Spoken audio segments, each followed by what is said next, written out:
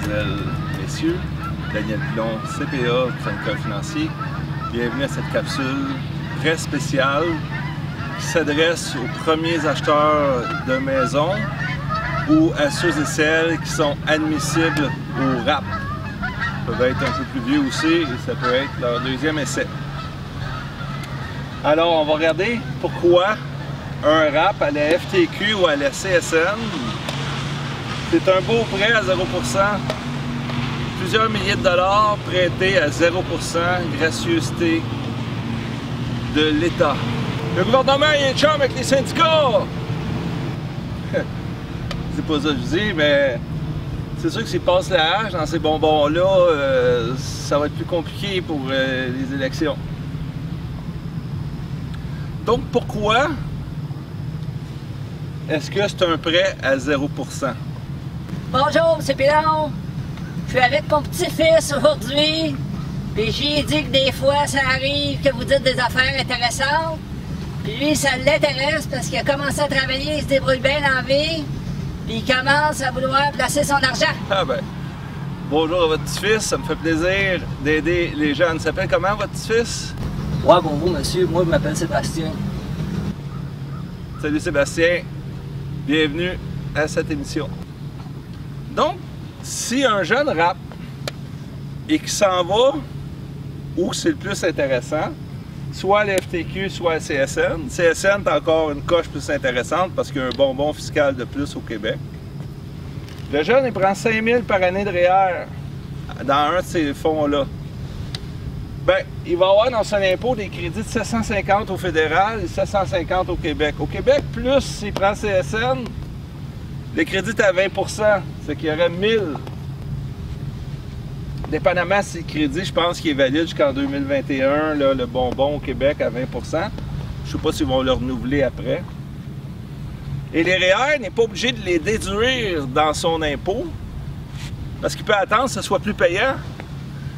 L'année, peut-être qu'il va acheter sa maison ou quand que sa blonde va avoir des enfants. Ou... Il peut attendre. Ça peut être payant d'attendre. Il n'y a rien qui oblige quelqu'un qui prend des REER, qui cotise, à déduire tout de suite. Ça, c'est très important de comprendre ça. Et au bout de 5 ans, il va avoir mis 5 fois 5 000 dans les REER, donc 25 000. Il va avoir eu 3 750 de crédit d'impôt fédéral, 3 750. Un beau 7 500 de plus dans ses poches, et même un peu plus s'il a pris du fonds d'action CSN, parce qu'il va avoir un crédit de 5 % de plus, parce que le crédit au Québec est à 20 %. Il va avoir un 250 de plus, on rajouterait un 1250, il serait rendu à 5 000 ici.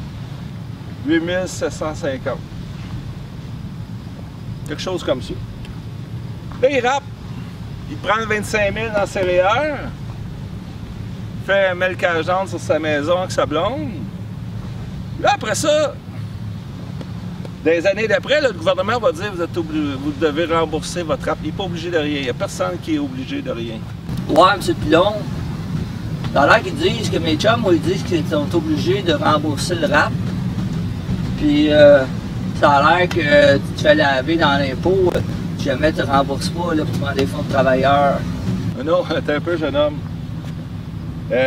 Si après ça, une fois que tu as rappé, on n'est pas obligé de reprendre derrière un FTQ ou un CSN. Là, vous allez demander conseil à quelqu'un qui sait compter. Ça vaut-tu la peine d'investir là quand j'ai 28, 29 ans? C'est peut-être jeune un peu. Plus besoin de remettre de l'argent là. Qu'est-ce qu'ils vont faire? Ils vont vous envoyer un relevé pour vous informer que vous avez un impôt spécial à payer qui va être le 15e du crédit que vous avez eu à chaque année.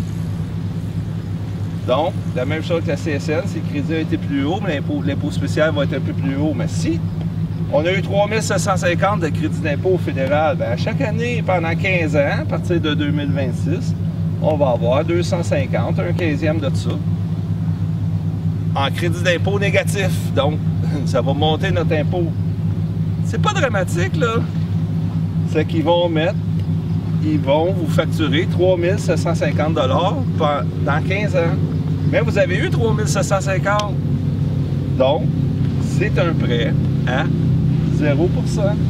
La même chose au Québec, les fonds d'action CSN. Une fois que tu as râpé, tu peux dire « ciao, bye ». Et tu prendras tes REER où tu veux, s'il faut que tu prennes des REER. Parce que quand tu as râpé, tu n'as aucune obligation de prendre des REER après. Ça dépend de ton contexte. Est-ce payant, prendre des REER, oui ou non? Laissez faire l'illusion, la poudre aux yeux sur l'avis de cotisation. Montant à rembourser. Il n'y a rien à rembourser. Il y a une inclusion dans le revenu qui est automatique. Et votre décision de prendre des REER doit être en fonction de votre situation, de votre taux d'impôt. Avez-vous des enfants? Avez-vous droit aux allocations familiales, fédérales, Québec, des bonbons fiscaux, TPS, Solidarité? Là, vous demandez un comptable. Est-ce que je dois prendre des REER, oui ou non? Donc, râper à la FTQ ou au fonds d'action CSN, c'est l'équivalent de se faire prêter de l'argent à 0%. Bonjour, M. Pilon. Vous savez que je suis l'ex-femme de médecin. J'ai 400 000 de REER. J'ai une maison claire à moi qui vaut au moins 600 000. Ça me tente de la vendre. Est-ce que je peux râper après puis passer par le fonds d'action ou par la FTQ? Faut faire attention, madame. Si vous vendez votre maison, vous en rachetez un autre, vous ne vous qualifiez pas. C'est pas votre première maison. Mais si vous êtes 4 ans locataire, après ça, il n'y a rien qui vous empêche de râper. Donc, vous pourriez prendre vos REER, fonds d'action CSN ou FTQ dans les prochaines années. Et ensuite de ça, vous pourriez râper, avoir bénéficié des crédits, puis après ça, vous déciderez si vous investissez encore là-dedans. En espérant que cette capsule vous a plu, je vous invite à partager pour vos proches, parents, amis, bref, quiconque dans votre entourage serait sur le point d'acquérir une nouvelle habitation. C'est Daniel Pilon, CPA, chroniqueur financier, toujours indépendant.